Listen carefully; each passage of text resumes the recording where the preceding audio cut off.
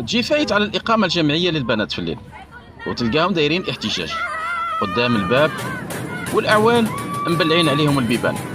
سي نورمال، هذه مسؤولية. البنات رافعين لافتات مكتوب عليها عيطوا للنهار. لهنا واش يجي في بالك؟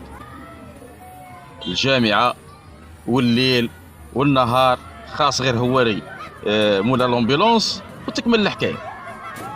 كي قريت التعليقات قلبي وجعني.